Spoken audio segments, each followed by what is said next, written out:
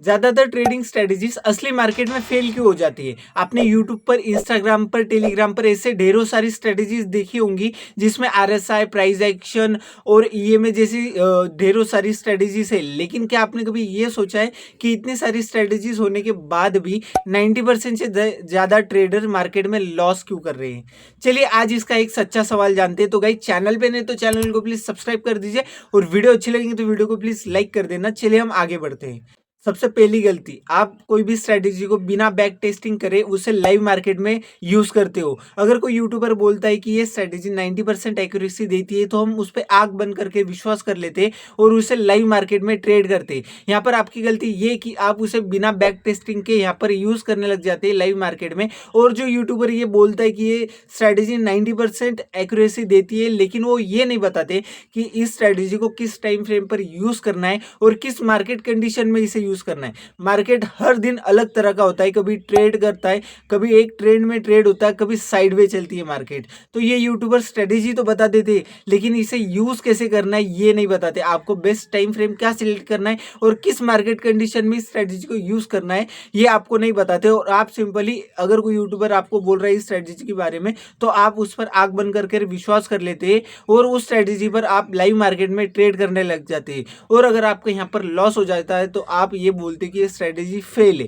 अगर आप कोई पर्टिकुलर स्ट्रेटेजी को बैक टेस्टिंग कर भी लेते हैं अच्छी तरीके से, फिर भी अगर आप वो स्ट्रेटेजी को लेकर लाइव मार्केट में ट्रेड करने जाएंगे तो भी आपका यहाँ पर लॉस होने वाला है। क्यों, इसके बारे में हम बात करेंगे। सबसे पहली बात ये है कि जब आप बैक टेस्टिंग में ट्रेड करते हो तब आपका रियल मनी नहीं लगा होता, आपके इमोशन वहां से जुड़े नहीं होते। आपको सिर्फ यहाँ पे वर्चुअल ट्रेडिंग करते हो तो आपको यहाँ पे सिर्फ बाय सेल कर देना होता है। अगर लॉस भी हुआ तो आपको कुछ इतना मन में ये नहीं डाउट होता है। और लेकिन अगर प्रॉफिट हो रहा है तो आपको यहाँ पर लालच भी नहीं आती है। लेकिन रियल मार्केट में ये सब अलग होता है। अगर आपकी स्ट्रेटेजी चार्ट पर दिखा रही है कि आपको 100 रुपये पर यहाँ पर एंट्री करनी है, तो यहाँ पर रियल मार्केट में आपको कभी कभी स्लिपेज का भी सामना करना पड़ता है। स्लिपेज मतलब अगर आपकी स्ट्रेटेजी बता रही है कि आपको 100 रुपये पर ट्रेड में एंट्री करनी है, तो लेकिन मार्केट की प्राइस होता है 105 या 108 पर चल जाती है और तब आप वहाँ पे जाके 108 या 105 रुपये में एंट्री करती है। बल्कि आपकी स्ट्रेटेजी बता रही थी कि आपको 100 रुपये पे एंट्री करनी है, लेकिन स्लिपेज की वजह से आपका एंट्री होता है 105 या 108 पर। तो आपका जो टारगेट रहता है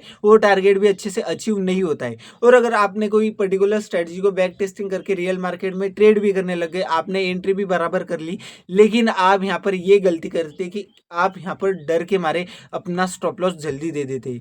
आपने जब अपना रियल पैसा लगाया होता है ट्रेड में, तब आपके यहाँ पर इमोशन, साइकोलॉजी, ये सब चीज़ें आपको यहाँ पर मायने रखती है गाइस। अगर आपकी साइकोलॉजी अच्छी नहीं है, आप इमोशनल हो, तो आपको यहाँ पर ट्रेड से लॉस ही होने वाला है गाइस। आप जब भी कोई पर्टिकुलर ट्रेड में एंट्री कर रहे हो तो अब आपको वहाँ पर 3 चीज़ों का सामना करना पड़ता है। एक स्टॉप लॉस होता है, एक प्रॉफिट होता है और मार्केट वहाँ तक जाएंगी कि नहीं जाएंगी, ये इसके बारे में आपको टेंशन होता है।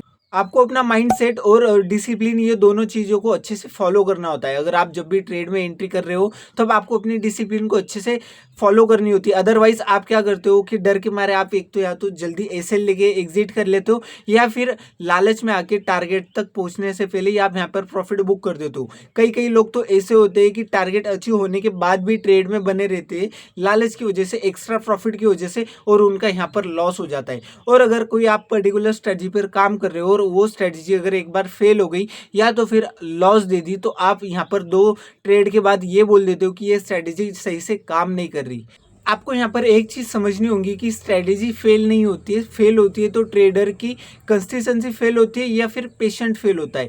जब आप कोई पर्टिकुलर स्ट्रेटजी पर काम कर रहे हो तो वो स्ट्रेटेजी फेल नहीं है, बाकी आपका पेशेंट फेल है यहाँ पर गाइस। और एक ही स्ट्रेटेजी हर मार्केट कंडीशन में आपको प्रॉफिट नहीं देने वाली है, एक ही स्ट्रेटेजी रोज नहीं काम आने वाली है गाइस। आपको यहाँ पर मल्टीपल स्ट्रेटेजीज या तो 2-3 स्ट्रेटेजीज आपको यहाँ पर अच्छे से सीख लेनी चाहिए जब भी आप मार्केट में, लाइव मार्केट में ट्रेड करते हो, क्योंकि एक ही स्ट्रेटेजी यहाँ पर आपको रोज मार्केट से प्रॉफिट निकाल के नहीं देने वाली। और अगर आप एक ट्रेडर अच्छे से बन जाते हो तो आपको ये मालूम होता है कि अगर स्ट्रेटेजी में एक प्रॉफिट का हिस्सा है तो लॉस भी स्ट्रेटेजी का हिस्सा है।